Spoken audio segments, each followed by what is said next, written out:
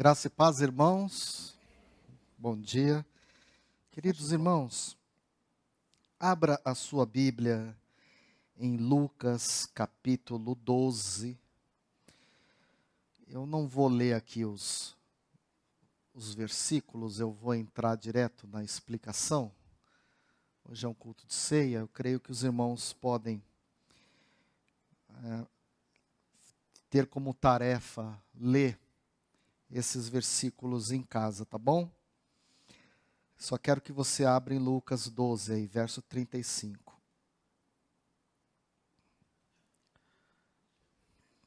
Todos acharam? O que Jesus faz aqui nesses versículos é reforçar o seu ensino sobre o correto uso dos bens materiais. Considerando que nos versículos anteriores, a explicação de Jesus foi acerca da ansiedade, né? Como que o crente deveria lidar com a ansiedade, e também como que ele deveria lidar com a questão da avareza. Então agora, Jesus ele volta o seu ensino para chamar a atenção dos seus discípulos acerca da sua vinda, né, da sua segunda vinda. Então, se a ênfase da ansiedade e da avareza era em relação ao presente, agora Jesus ele desloca a sua preocupação não para o presente, mas para o futuro, acerca da vinda dele. Então eu quero destacar aqui algumas necessidades imperativas da vida de todo cristão, né? Eu tenho necessidades, você tem necessidades, as pessoas que estão nos assistindo pela internet têm as suas necessidades. Então, quais são as necessidades imperativas que Jesus tem a abordar nessa narrativa? Então, em primeiro lugar, no verso de número 35, há uma necessidade em relação à vigilância, à diligência. Veja que Jesus ele conta uma parábola sobre o casamento para ilustrar essa magna verdade. É interessante que ele fala que nós devemos estar preparados para a vinda do nosso Senhor com o nosso corpo cingido e com as nossas lâmpadas acesas, né? Bem-aventurado é quem? É os servos. Por que eles são bem-aventurados? Porque quando Jesus voltar, os encontrará fiéis. Então, se você é fiel e leal, vigilante e prudente, você pode viver de forma alegre, sem neura, sem sentir medo. Eu tenho medo que eu vou para o inferno. O inferno foi preparado para o demônio e os seus anjos, seus séquitos, seus seguidores. Você não é seguidor de Satanás, você é seguidor de Jesus. Você é discípulo de Jesus. Com suas imperfeições, é claro, todos nós temos. Eu tenho as minhas, você tem as suas. Mas o Senhor, Ele fica tão contente de achar os seus servos fiéis, que o texto diz que Ele inverte os papéis. Ele põe os fiéis sentados à mesa, enquanto lhes serve uma refeição. Olha que grande privilégio tem os servos fiéis do Senhor. Já passou pela tua cabeça? Você que serve a Deus, já passou pela tua cabeça que a sua lealdade, a sua fidelidade a Jesus vai lhe permitir você ser servido por Ele? O texto diz, Ele nos dará um lugar à mesa e Ele se aproximará de nós para nos servir. Isso não é para o infiel. Isso não é para o relaxado. Isso não é para o negligente. Mas isso é para quem está com a sua lâmpada acesa, com o seu corpo cingido, com as suas vestes puras. Em terceiro lugar, verso de número 38, há também aqui na parábola, Jesus menciona que assim como as vigílias da noite, né, na perspectiva judaica, eram 3 vigílias que aconteciam de 3 em 3 horas, dessa mesma forma, nós precisamos estar prontos para a vinda do Senhor, porque a vinda do Senhor, ela será inesperada. O próprio Jesus disse, será como a chegada de um ladrão. O ladrão é alguém oportunista, que espera aquela deixa para poder abordar a pessoa e tomar os bens, ou entrar dentro de uma casa. Então, por isso nós devemos estar alerta. O texto diz, vocês que estão com as candeias acesas, lâmpadas acesas, vocês que estão com o corpo cingido, vocês fiquem apercebidos.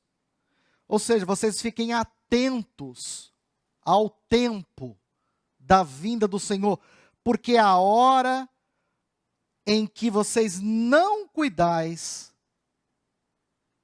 é a hora que virá o Filho do Homem.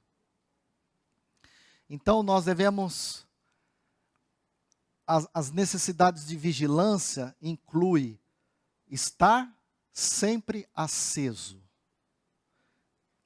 Implica estar atento à volta de Jesus. Implica em estar alegre quanto à sua vinda. Jesus voltou para algumas pessoas em 2020. Muitas pessoas morreram ao redor do mundo. Não morreu só ateus, não morreu só espíritas, não morreu só hindus. Morreu muitos cristãos, muitos crentes, pastores. Na nossa denominação batista, só no estado de São Paulo, morreram mais de 15 pastores com a pandemia. Então, Jesus voltou para essas pessoas. E se Jesus tivesse voltado para você? E se você não estivesse aqui? E se o vírus tivesse te castigado e levado você a óbito? Você estava preparado para a volta de Jesus? Então, nós temos que estar atentos, apercebidos, porque ninguém sabe a hora que o Filho do Homem virá. Verso de número 41. Jesus está falando sobre vigilância. Jesus está falando sobre ser prudente. Jesus está falando sobre o seu retorno, sobre a sua vinda. E aqui no verso 41 a 44, ele diz que o servo fiel que for encontrado leal na sua vinda, será promovido. Qual é o tipo de promoção? O texto diz que o Senhor vai lhe confiar todos os seus bens. Então, bem-aventurado é aquele servo. Que servo ele está falando? Do servo fiel, do servo que está com as suas lâmpadas acesas, do servo que está com o seu corpo cingido. Ele não está falando de um frequentador qualquer.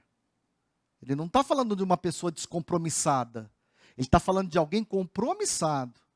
Então, quando ele voltar e encontrar o seu Senhor, o que vai acontecer? Verdadeiramente eu lhes digo que o Senhor confiará a ele todos os seus bens. Mas por quê, pastor? Porque ele foi fiel no pouco. E quem é fiel no pouco, a ele é confiado muito. É assim. O grau de confiança só aumenta.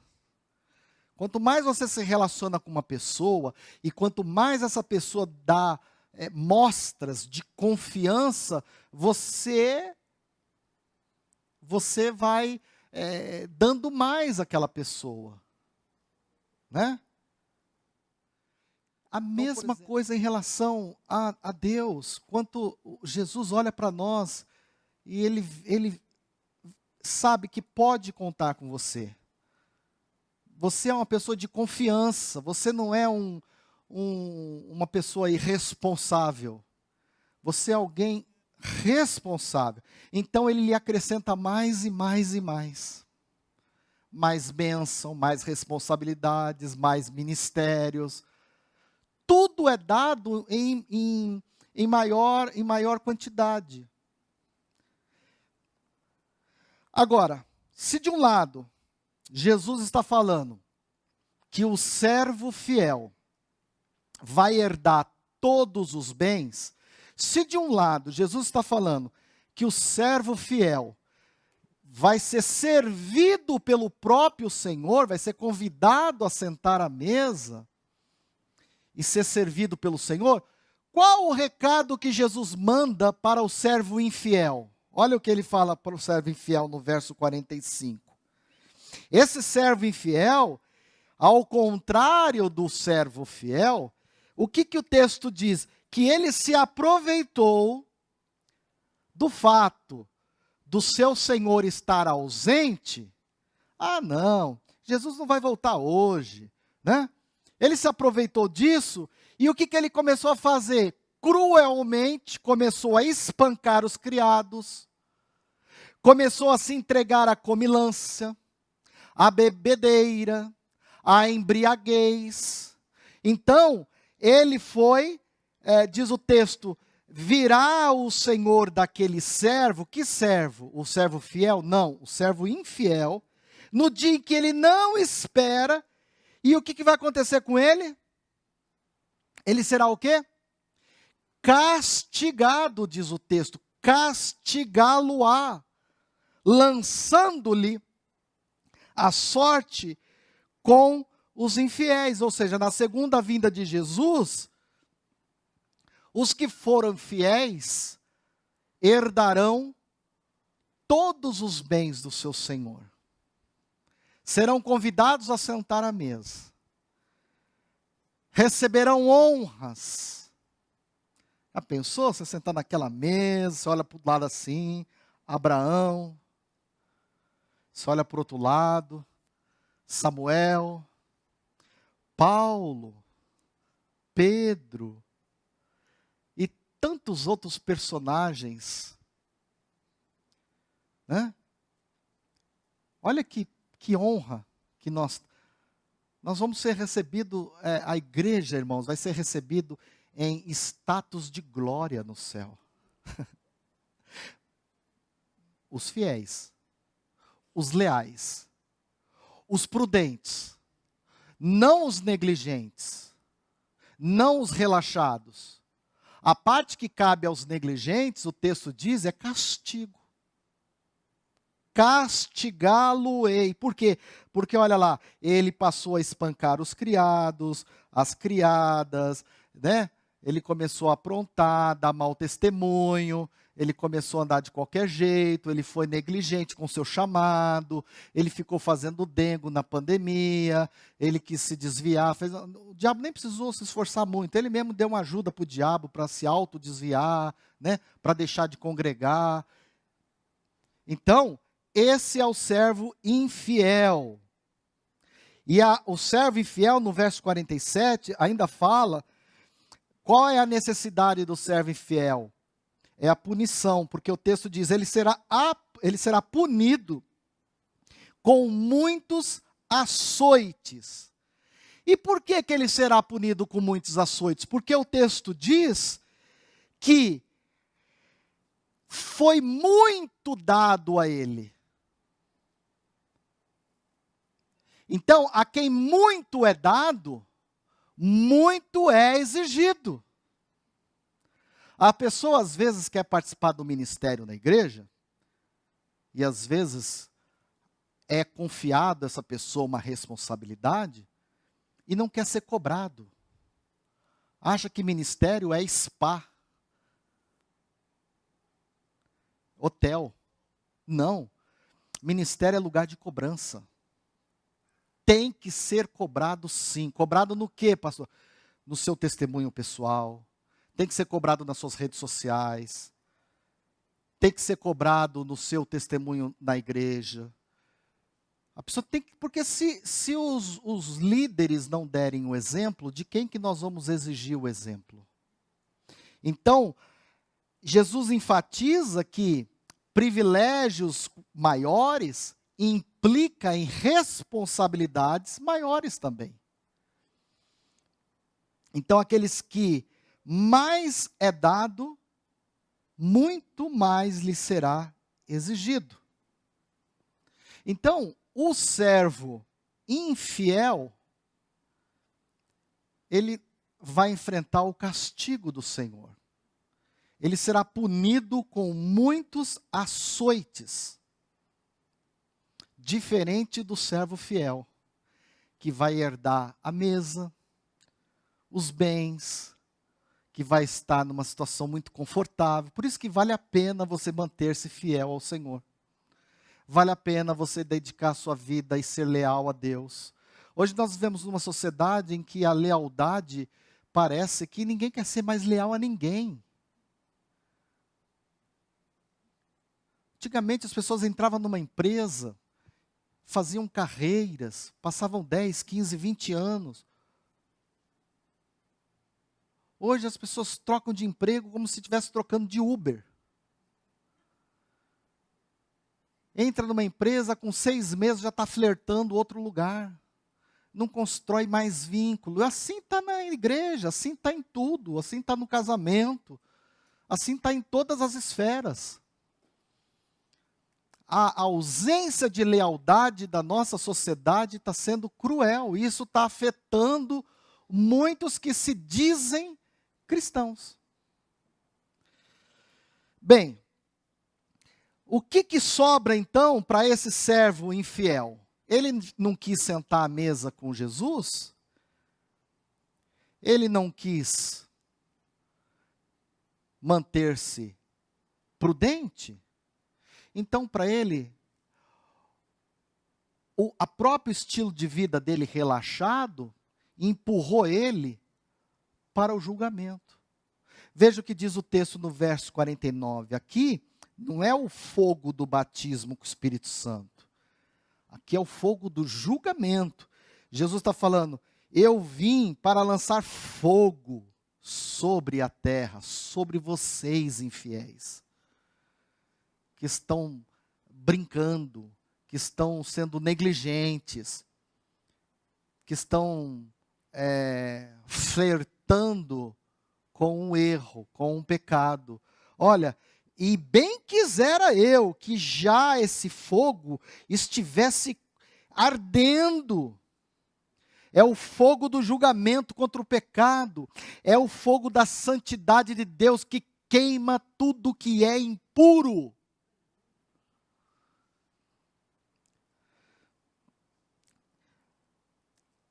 Verso de número 50. Tenho, porém, um batismo, com o qual eu hei de ser batizado. O batismo a que Jesus se refere aqui é a sua imersão no sacrifício vicário que ele fez por nós. Enquanto que o mundo da época se acendia em chamas, Jesus estava derramado em sangue.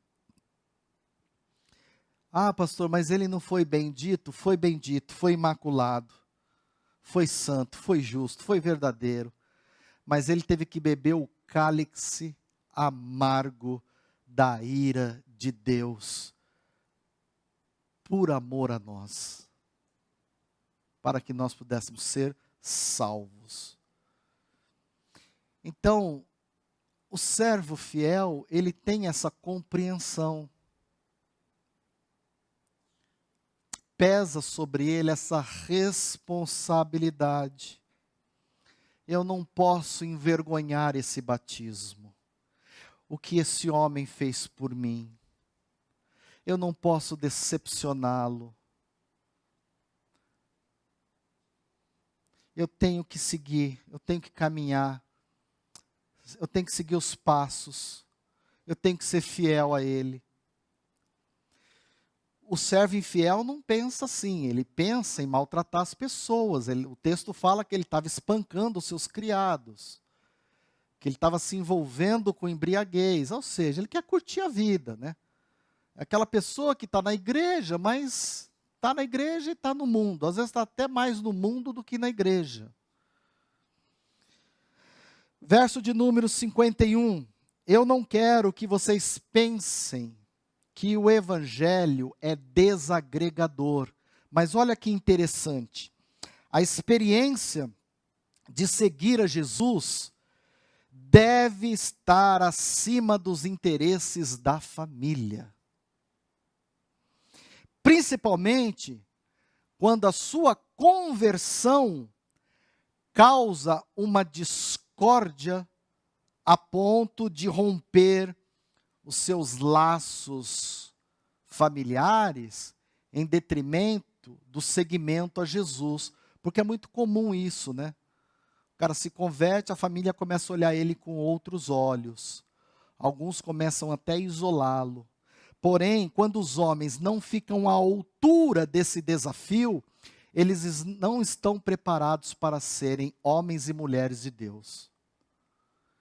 Prioridade não é a família, a prioridade é Deus. Não é idolatrar filho, não é idolatrar marido, não é idolatrar esposa. Eles não podem tomar o lugar de Deus no nosso coração. Os nossos filhos são importantes, são as coisas que nós mais amamos nesse mundo, mas eles não estão acima de Deus. O nosso compromisso principal é com Deus, irmãos. Quando um homem e uma mulher está compromissada com Deus, ele se torna uma bênção para os filhos. Quando os nossos filhos são devotos a Deus, ele se torna uma bênção na vida dos pais. Você crê assim?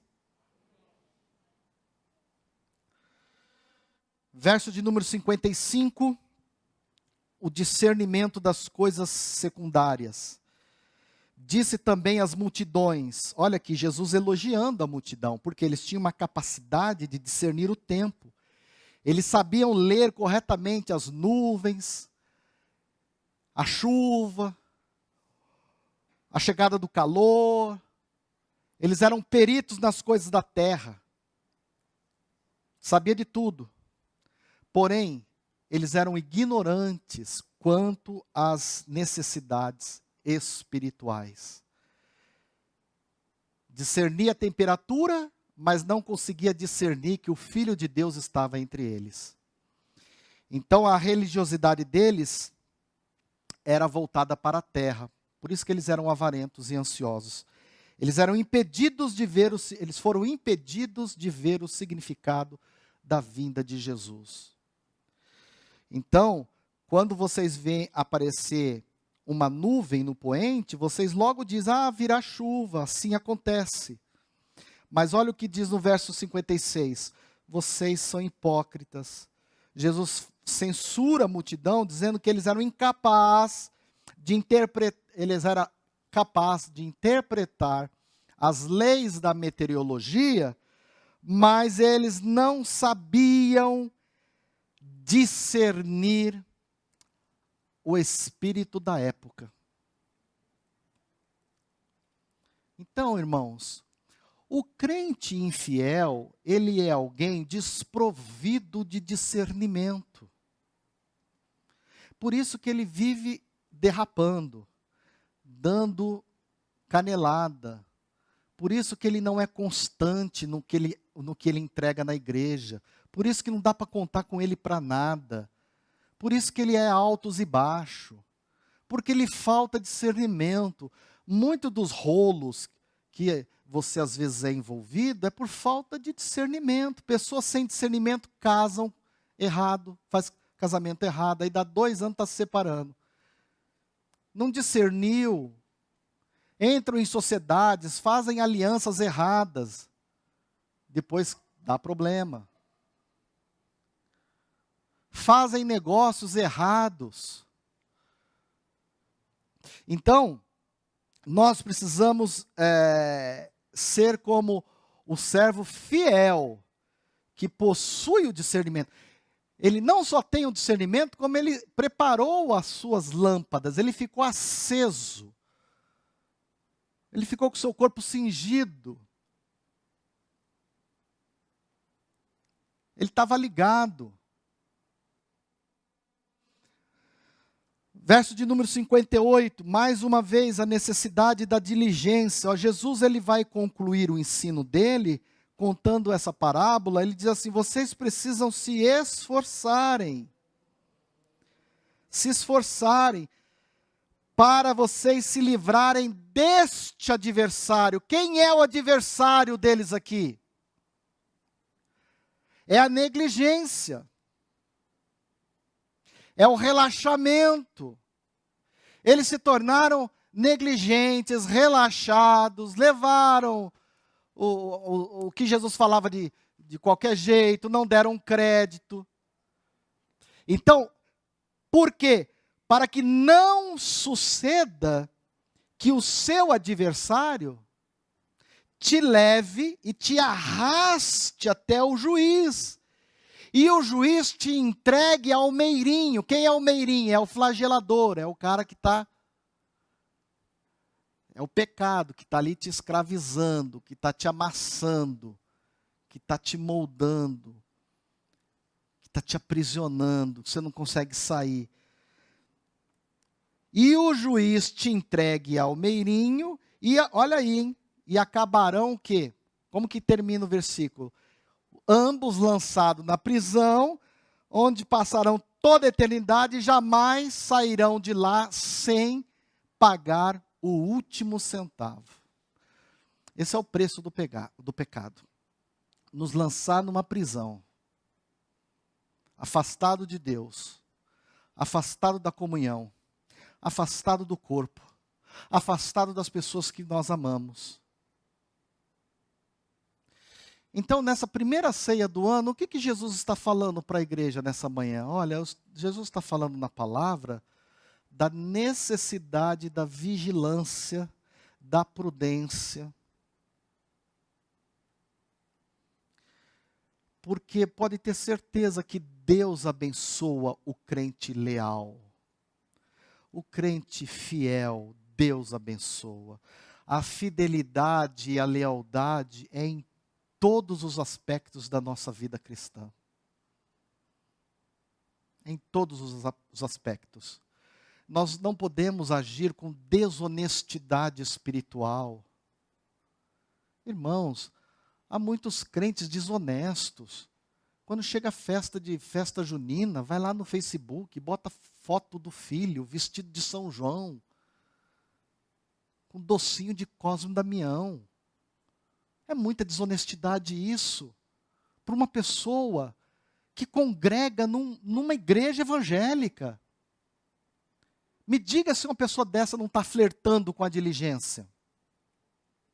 Porque acha bonito. Toma cuidado. Ensina o teu filho no caminho que ele deve andar, diz a palavra. Deixa ele seguir os seus passos, o seu exemplo. Deixa ele ver como você é uma bênção na igreja, para ele seguir os teus passos. Para ele também falar assim, minha mãe é professora da escola bíblica, olha... Aí ele cresce valorizando a escola bíblica.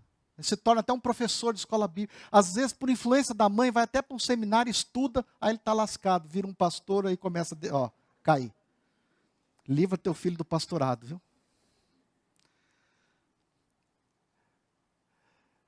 Então, você tome cuidado para que o teu adversário, e no texto, no contexto que está dizendo aqui, o nosso adversário, é a falta de discernimento. E para concluir aqui, eu quero dizer o seguinte: nós estamos a caminho do quê? Nós estamos a caminho da eternidade. Se nós estamos a caminho da eternidade, nós teremos que prestar contas a Deus das nossas ações, das nossas palavras, das nossas atitudes e até mesmo dos nossos pensamentos. Então, nós não podemos comparecer a esse tribunal sem estarmos em paz com Deus. E para estar em paz com Deus, eu preciso estar reconciliado com Deus através de Jesus Cristo. E a única maneira de ter paz com Deus é por meio de Jesus Cristo. Então, moral da história, o juiz é o mesmo. Só que para o servo infiel, ele é juiz. Mas para o servo fiel, ele se torna pai.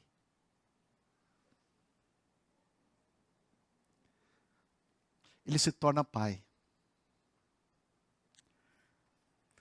Eu não sei quantos de vocês foram criados sem pai. Quem foi criado sem pai aqui? Levanta a mão. Meu pai morreu, eu tinha 5 anos. Então, praticamente, eu tenho pouquíssimas lembranças do meu pai. A única lembrança que eu carrego do meu pai é que ele trabalhava num restaurante. E eu, pequeno, ele trazia sempre, todos os dias para mim, aquele chocolate, como que é? Diamante negro. Ele falava, olha o que o papai trouxe, trazia um chocolate diamante negro para mim. Quase todo dia. Era a única lembrança que eu tinha do meu pai, esse gesto de carinho dele por mim. Quem foi criado sem pai sabe o quanto é difícil você não ter um pai. Minha mãe teve que ser pai e mãe, né? Teve que fazer tudo. Então, essa geração de crentes infiéis vivem como se não tivessem pai, como se não tivesse que prestar conta para ninguém. Vivem de forma escandalosa. Vivem relativizando o pecado. Vivem fazendo coisas às escuras, escondidas. Vivem sem lealdade. Mas o texto é claro. Aos infiéis está reservado o fogo. O fogo do juízo, não é o fogo do batismo do Espírito Santo. Está reservado a eles os açoites, os castigos. E o maior castigo que nós podemos receber na vida é o castigo de não desfrutar da presença de Deus, irmãos. É o castigo de passar o ano inteiro, muitas vezes sentado num banco de uma igreja, sem nutrir nenhum tipo de intimidade com Deus. Esse é o maior castigo que pode existir. E esse castigo, diz o texto aqui, ele é destinado aos infiéis, mas ao fiel não. O fiel, ele vai ser convidado para a festa do Senhor. Vai ser colocado à mesa. Vai ser servido pelo próprio Senhor. Ele vai bater nos seus ombros, vai falar, servo bom e fiel, foste fiel no pouco, agora está aqui, ó. Chegou a tua hora, chegou a tua vez, se alegre, alegre-se, ó portais internos, para que vocês vejam o Rei da Glória. Quem é o Rei da Glória? O Davi fala, o Senhor, forte e poderoso das batalhas. Não há batalha que você não consiga vencer se você for leal a Jesus Cristo. Não há obstáculos que nos derrubem se nós formos fiéis a Deus. Ah, pastor, você está querendo dizer que nós não vamos passar? Não estou dizendo nada disso. A gente passa por tormentas, a gente passa por momentos difíceis, a gente passa por momentos de instabilidade, nós somos afetados, nós estamos lidando com um mundo físico, mas também um mundo espiritual, onde há muitas pessoas, muita gente, muitos demônios interessados na nossa queda, interessados em que nós vemos a abandonar, a naufragar. Mas se você é fiel, se você é leal, se você é alguém com discernimento, tenha certeza que o que está reservado para você não é o açoite, não é o castigo, não é o fogo do juízo, mas o que está reservado para você é honra. Estar à mesa com o Senhor é um gesto de honra.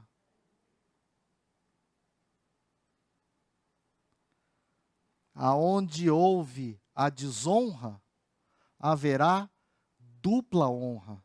Aonde abundou o pecado, superabundou a graça de Deus. Então, não importa, anda para frente, o que ficou para trás já acabou, já era.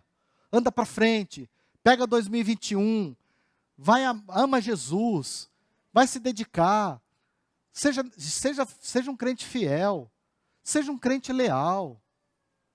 Hoje, às vezes eu converso aqui com os irmãos que trabalham em multinacionais, né?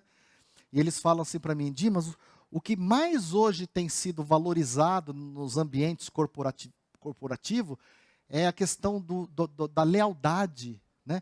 Eles querem funcionários leais, gente que vista a camisa, gente que entregue resultado, né? As empresas valorizam e elas pagam bem por esse tipo de funcionário. Ninguém quer um funcionário lá que não tem engajamento com nada. Você contrataria, se você fosse um empresário?